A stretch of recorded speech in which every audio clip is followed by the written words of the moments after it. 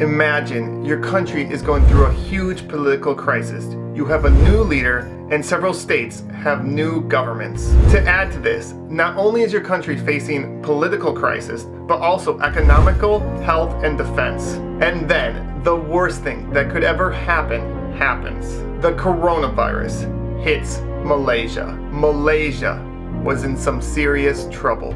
But don't you ever underestimate the power of Malaysians.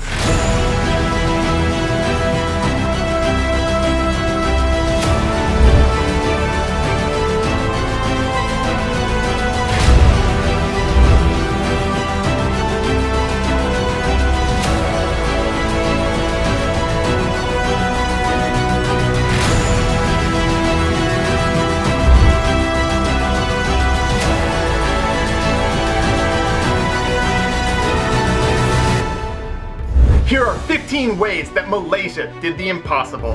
Number 15, donations and volunteer organizations.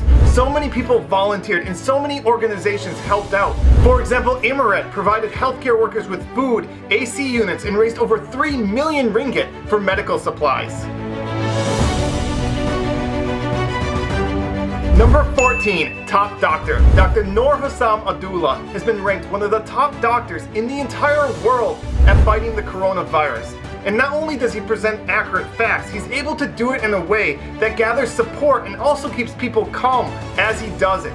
Number 13, the movement control order and the enhanced movement control order. These things are not easy to pull off, and it took so many people in different organizations to work together to have them work.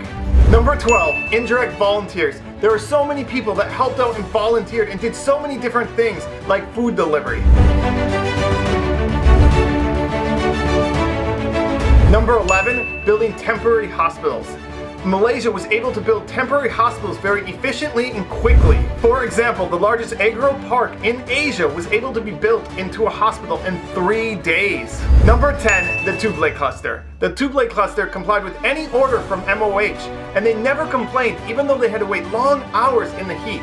Number 9, banks. Banks lent to the borrowers for 6 months. Number 8, universities. Universities allowed students to stay for free and provided them food as well. Number 7, stipends. Nearly 4 million homes received up to 1,600 ringgit. Number 6, ignoring politics. Opposition leaders came together and forgot about politics for the good of Malaysia. Now that is really cool. Number 5, protecting the most vulnerable. Malaysia did a great job in protecting those that were most vulnerable, homeless and foreign workers. They were put in public halls and provided a tent. Number 4, Malaysians returning home. Malaysians returning home from overseas were provided a free hotel, free food, and COVID-19 testing during their 2-week quarantine. Number 3, respect for frontline workers. I've never seen so much respect and love for frontline workers. It was so beautiful to see all the support Malaysians gave to the frontline workers. Number 2, fixing the PPE shortage for frontline workers. At the beginning of the crisis, there wasn't enough PPE for all the frontline workers, and so Malaysians took it onto themselves. For example, a fashion designer realized she had a skill set that could be very valuable, and so she took the initiative to organize an entire team to make PPE. Prisoners make PPE, college students made PPE, even a Malaysian born with no arms didn't let that stop her from making PPE. And number 1, most important, is teamwork. It didn't matter if you were a celebrity or an average person. It didn't matter your social status. It didn't matter your gender, your religion, your ethnicity. All Malaysians came together for the better of Malaysia. And that's how Malaysia was able to do the impossible, to go from a country that had 3 times more cases than any other country in Southeast Asia to now being one of the safest countries in the entire world.